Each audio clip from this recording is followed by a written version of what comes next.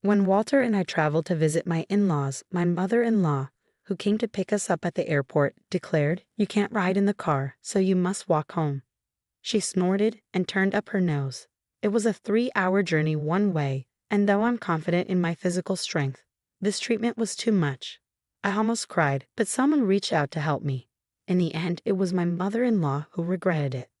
My name is Jennifer, and I'm 30 years old, happily married to Walter, whom I met 2 years ago in a college mountain club.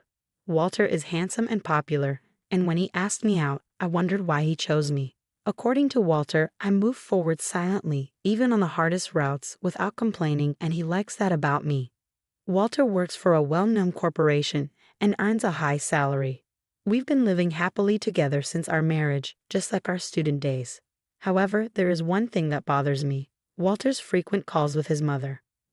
During dinner, Walter hurried into his room with his mobile phone, apologizing. "Oh, it's a call from Mom. Sorry, I'll go talk to her." His mother calls him frequently, about once every 2 days. She seems to adore her son, and Walter is sweet to her, making me suspect he's a mama's boy. But since she raised Walter with care, I think I should value her too. However, it seems our feelings are different. It happened before our marriage when we went to greet my in-laws.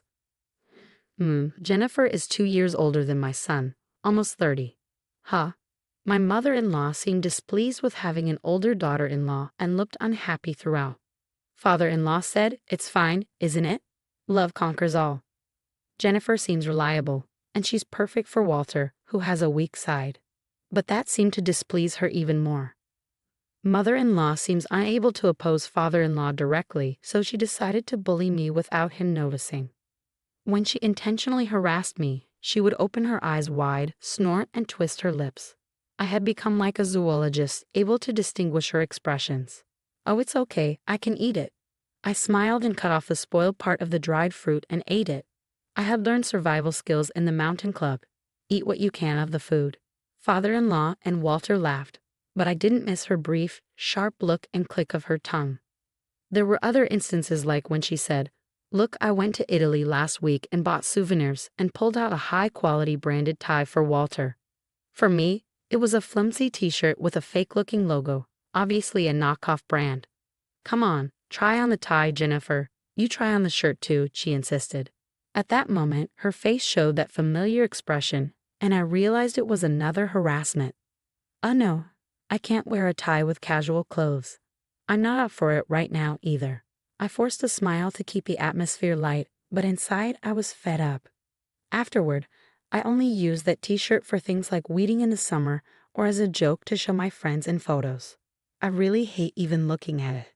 These harassments were subtle enough that only I would recognize them as such, and when I told Walter, he would just say, "Mom's a bit quirky, so forgive her." However, the malice I felt little by little gradually wore me down. The town where we live is about an hour's drive from my in-laws, and the fact that we could easily visit them if we wanted to was also a source of gloom. Then one day, Walter dropped the sudden news. "Jennifer, I'm sorry for the sudden news, but I've been transferred. It starts next month, so please prepare." Walter's sudden transfer was decided. Walter apologized, but secretly I was relieved to have an excuse to distance ourselves from my in-laws. Plus, the new location was very close to my parents' home, so it felt like moving from away to home. "Got it, leave the preparations to me.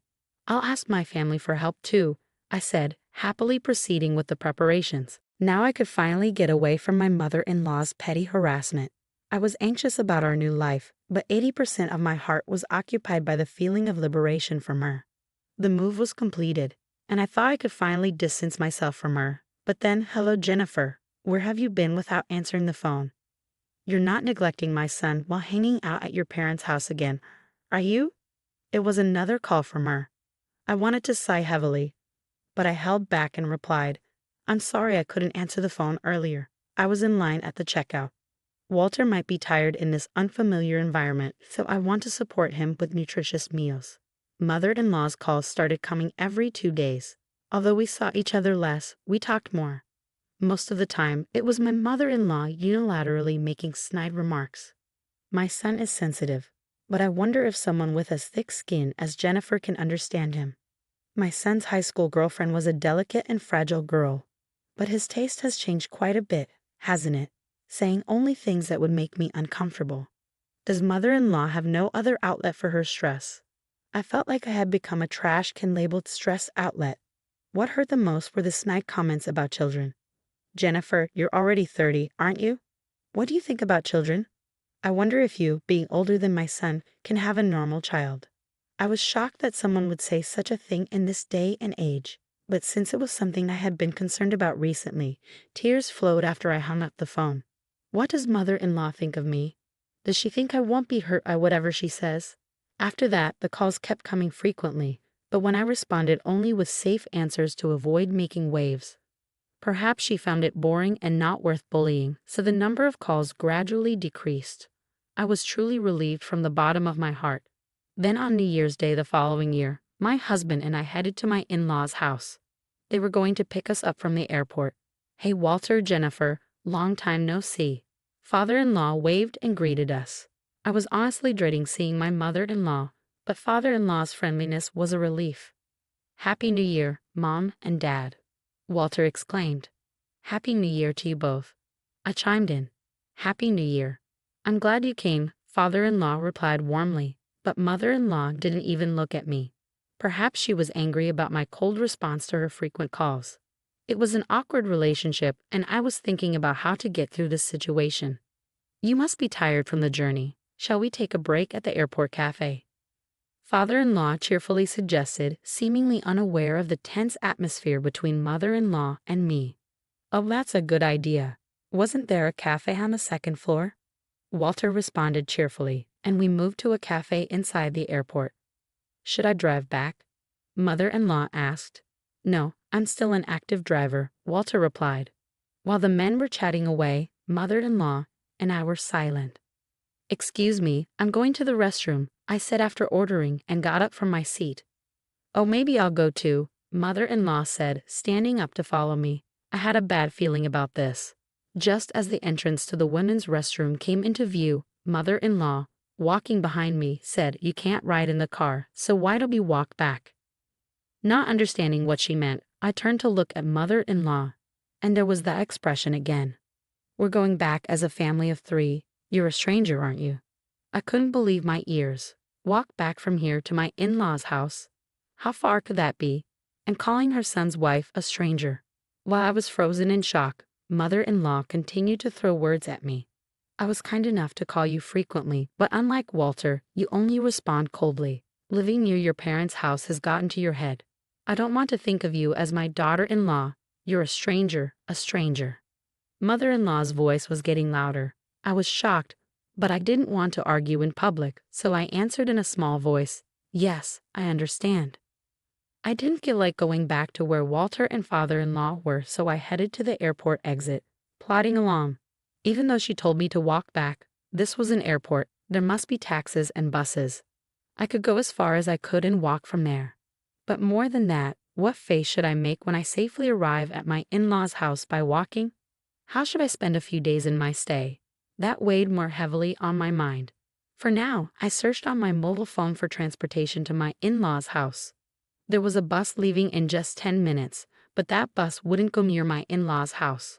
So from there, it seemed I would have to walk. It might take about 3 hours in total. 3 hours. I can walk that with my legs trained in mountain climbing. It's not impossible, but there's a difference between walking for mountain climbing and walking because I'm not allowed in the car due to harassment. Tears welled up in my eyes. Wasn't it my fault? If I had been pleasant on the phone, even after being told such things, would this have happened? As I was walking along, lost in thought, I was suddenly tapped on the shoulder from behind. Jennifer, why are you walking here? Father-in-law's voice broke through my thoughts. Did my wife say something to you at the entrance to the restroom? I was going to the restroom too, and I saw you and my wife talking, and then you started to go somewhere, so I followed you. Looking at father-in-law's kind face, the tears that had been welling up in my eyes overflowed and ran down my cheeks. Jennifer, what on earth happened? Father-in-law's concern was evident, and I decided to tell him the truth. I told father-in-law exactly what mother-in-law had said, and he became angrier than I had ever seen him. Oh dear, did she say that to my son's wife? Then he said something I never expected. "I'll walk with you, Jennifer." With that, father-in-law stood in front of me and started walking. Father-in-law, don't worry, I enjoy mountain climbing and I used to climb a lot with Walter when he was little. A 3-hour one-way walk is nothing. Indeed, father-in-law's stride was firm, not what you'd expect from a 62-year-old. Come on, let's go. We didn't tell Walter we were leaving. Is that okay? I finally remembered that, in my shock at mother-in-law's words, I had just left. Walter will be fine. She'll probably talk him into waiting. I'll contact him. With that, father-in-law took out his mobile phone. It seems he was texting mother-in-law. He told her he was walking back with me and that the car keys were in his bag. As we waited for the bus, father-in-law's mobile phone rang. Father-in-law answered, his voice filled with restrained anger. It must have been mother-in-law on the other end. "I heard what you said to Jennifer. If you're going to say that, I won't ride in the car either." I could hear mother-in-law's panicked voice shouting from the other end. "That's not it. She said she wanted to walk for exercise." How brazen. I was more dumbfounded than angry. "We'll talk when we get home." Father-in-law hung up and shoved his mobile phone into his pocket. Perhaps because father-in-law's mobile phone was unreachable, mine started ringing next. It's definitely mother-in-law, father-in-law, and I looked at each other. What does she want now? To tell us to ride in the car? I'm definitely not answering. I decided to ignore it too. Father-in-law and I silently boarded the bus and continued to walk after getting off. This way is a shortcut. There's a slope here for a while. But let's do our best. Father-in-law occasionally gave advice, making it feel like we were mountain climbing together. However, I hadn't planned on walking so much today and was wearing regular boots. Father-in-law was wearing leather shoes. "Won't walking for a long time in those shoes hurt your feet?" I asked once. Father-in-law glanced at my feet and squinted. I guess we're in the same boat. Making a woman walk such a long distance in those shoes. I can't believe her. Father-in-law sighed. We both thought of calling a taxi, but neither of us mentioned it, intending to spite mother-in-law. But Jennifer, you're strong. Walking such a long distance without complaining. Walter must have been attracted to that quality in you, father-in-law remarked, making me feel a little happy. Afterward, we continued to walk, buying drinks from vending machines in a grocery store to stay hydrated. About 3 hours later, as the sun began to set, we finally arrived at my in-laws' house. Their car was parked in front of the house. Mother-in-law and Walter must be home. "We're back," father-in-law announced as he opened the front door. Walter rushed over, concerned. "Jennifer, I was worried. What happened? Why did you suddenly decide to walk back for exercise?" "Did you hear that from Mom?" "That's not it. Mom told Jennifer to walk back," father-in-law explained, looking understandably tired as he sat down on a chair near the entrance. Mother-in-law, who had come out of the living room, was pale and gaping. "No, that's not it. It's not. It seems there was a misunderstanding," she stammered. "What was the misunderstanding?" I couldn't keep quiet any longer. "You said since I can't ride in the car, why don't I walk back?" "Didn't you?" This was the plain truth. I hate lying. Thanks to that, I was reminded of my mountain climbing club days. A 3-hour one-way walk was good exercise. Walter looked back at mother-in-law. He knew well that I'm not the type to lie. The eyes of father-in-law, Walter, and I were all on mother-in-law. "What? You believe this woman over me? Throughout your family, this woman is a stranger, right? You believe a stranger over your family?" Mother-in-law screamed. "So I was not allowed in the car because I'm a stranger," I said quietly. "Mom, I can't believe you would say something like that. Jennifer is an important part of my family. I wanted you to feel the same way," Walter said, clenching his fist. His hand was trembling with anger. "If you're going to treat Jennifer like this, I'm done with you, Mom. I won't answer your calls anymore. Don't contact Jennifer either." Walter took my hand and said, "Let's go." "Walter, wait," mother-in-law pleaded, but Walter slammed the door and without looking back, took my hand and started walking. A year later. "Hey Jennifer, Walter over here. You can see the view really well," father-in-law called out as we were mountain climbing together.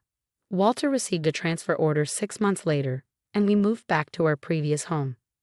After the incident at the New Year celebration, father-in-law decided to divorce and moved alone near our house. Climbing together on weekends had become a regular thing. Shall we have lunch here at the summit? Walter suggested eagerly, and we began preparing our meal. While working, father-in-law started talking. Mom went on a spending spree after the divorce. Even though the property division was done properly, it seems she's already in financial trouble. She might have been lonely. The divorce was tough with all the crying and screaming, father-in-law explained. Putting some distance between us now is probably best for both of us. She should expand her world too, otherwise she's the type to take out her stress on those close to her, he added. I listened silently to their conversation. I'll cherish my own world so I don't have to take out my stress on others, I resolved, looking at the view from the mountain with my precious family.